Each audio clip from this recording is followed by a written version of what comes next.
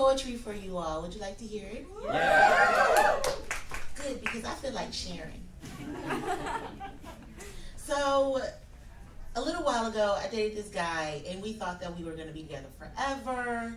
And we really thought that I have this analogy of a tree when you first meet somebody, that people are leaves, branches, or roots. And we really thought that we were roots in each other's lives. It turns out, nope. So, still, I thought about him every once in a while and thought about what if we had stayed together and stuck it out, would we be best friends, and what if things magical. What if we stayed? Your face haunts me like your kisses, sweet and far away. What if we stayed? Perseverance wins the race, but I keep playing our story in repeat, retreating while remembering the pace of your steps as you walked away, of my heart whenever we touched, building foundations made of clay, only to wash away like mud, stunned, confused, and bewildered at the thought of no return. Forever was the promise both of us broke. So now I stoke the embers of our love, hoping for steady burn, churning the ashes of past ashes, putting to rest the games we played, trying and failing at grabbing smoke. What if we stayed? Then kisses wouldn't be distant, and neither would you, and neither would I dare break the promise of forever. Knowing our gift is the presence of our souls, light burning bright, vibrant, vibrating towards highest growth. Toke on you and elevate to ascension. Pay attention to your essence. Breathe in us, breathe out insecurities. Deeply rooted in abundant opportunities. Skyline is the beginning of you and me, loving to heaven's eternity, life full of climax, creativity, and respect.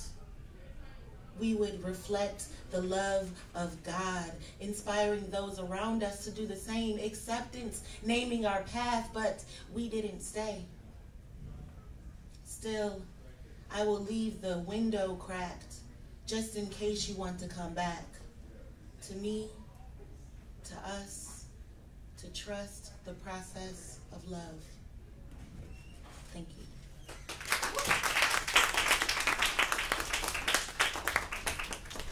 So I took this picture and I kind of hated it in retrospect, but it's out there and I didn't promote it because I really don't like this picture. And so there was the guy that directed me through the whole experience. I totally had a crush on. I can say that because they're not here. And so I totally had a crush on him. So I wrote a poem about that experience. It's called Moments. I took a picture for you. You said to put on my goddess face. My smile was crooked but genuine. The direction was to hint at knowing, but there was no sexiness behind my eyes. Virginal? Nah, way past that. Dressed in all black, strong brick as a backdrop, super sunny day. You looked so fine. Smelling good and confident, said you even liked the picture. I looked and lied, said that I liked the picture too. But all I could see was flaws. No goddess in my face. Not much knowing behind my eyes. Sexiness was very distant, and my smile was crooked but genuine.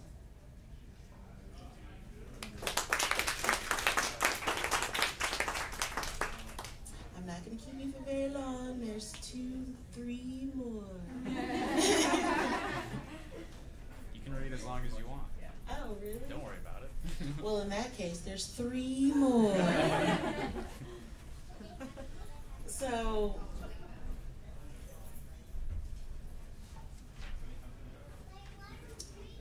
I trained someone to be the perfect someone for someone else instead of me. This poem is about that. Missing you? There have been many moons since we made love, with words, with touch, with longing. Still, the residue of you remains in the traces of the night. You held me tight when you thought I was the one, scared that I might slip away. I stayed, long past expiration, days past explanations, gave up expectation that you could be my rock. The distance you drove when I didn't fall as fast or as hard or as blind or as fluid doesn't mean love wasn't true. So what do I do with this jar full of bliss, ambrosia, and doubt? Take a sip and wish that when you come back, that you would have my back to build on trust, on truth, on me and you. The taste is bittersweet, knowing I was once your queen, that you held me in high esteem, that you still see me in your dreams. And I'll forgive you for not coming back for me, for not being there when I needed rescuing, for being who I needed you to be for someone else.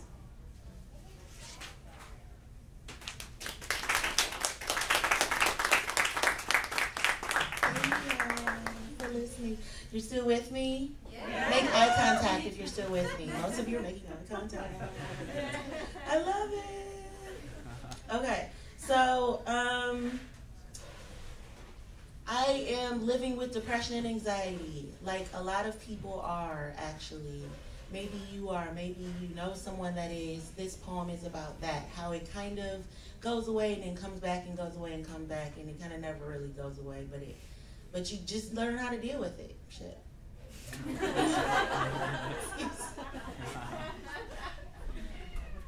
Like myself. Feeling like myself again. No more distraction from my chosen path. Now I can laugh at misfortunes past, saying Sankofa and flying forward, looking back over shoulder, knowing I don't have to return to strife, to doubting life, to pay the price of happiness unfulfilled.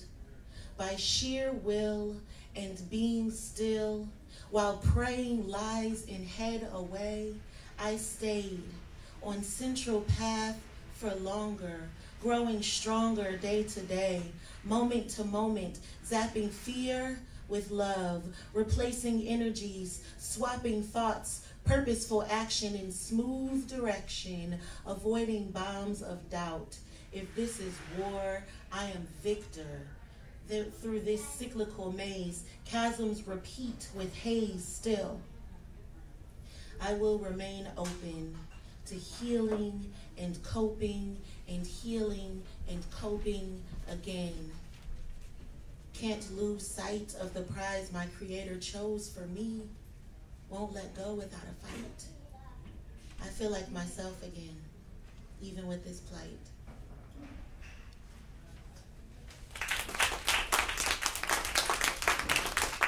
It's hard on me sometimes, y'all. It is. It really is. And then sometimes it's real smooth and easy. Like those times when you're just driving, you make eye contact with somebody real cute, and then they come over to you and they're like, hey, you want to be friends? And you're like, what? This is a cheers to moments like those. And also moments when you're on Tinder and you swipe right and they did too. And you start messaging because they messaged you first. And you're like, oh, okay. So this one's to possibility. Am I right? This is why we do it. This is why, because it's possible. You know what I'm saying? Some people got a ring from Tinder. I'm just saying, I don't even know. It's the reason why I was like, she got a ring from Tinder. I'm signing up. To possibility. He said, can I be your friend? I asked him to define. He said, food, convo, and wine. I'm divine. He sounds like a possible. Numbers exchanged, first date, food, convo, Shirley Temple. It's great. I'm eating it up until we're outside with his hands all on my butt. Whispering dirty, nasty, naughty. All he wants to do is But I tell him my truth and stand my ground, shutting all of that down. Now he misses me. Cheers to possibilities. He said, I'm just looking for friends. I said, what that look like? He said, dates, relationships, and sex. Tell me more. He said, give me your number. I'll tell you the rest. 313. Here's the possibility. We text. What's next? Conversation, I guess. I say call. He's appalled and runs away. Is it possible that in person or online, guys are blinded by their own ambitions, led by wishes of me to sit on their dick? Is it possible that there is a person who will listen and empathize, not disguising caring for backwards intentions? There are good men out there. I've seen some. I know some. I won't be angry and give up on love. Cheers to possibility that my future man can see me fully and not just as a plaything. Thank you.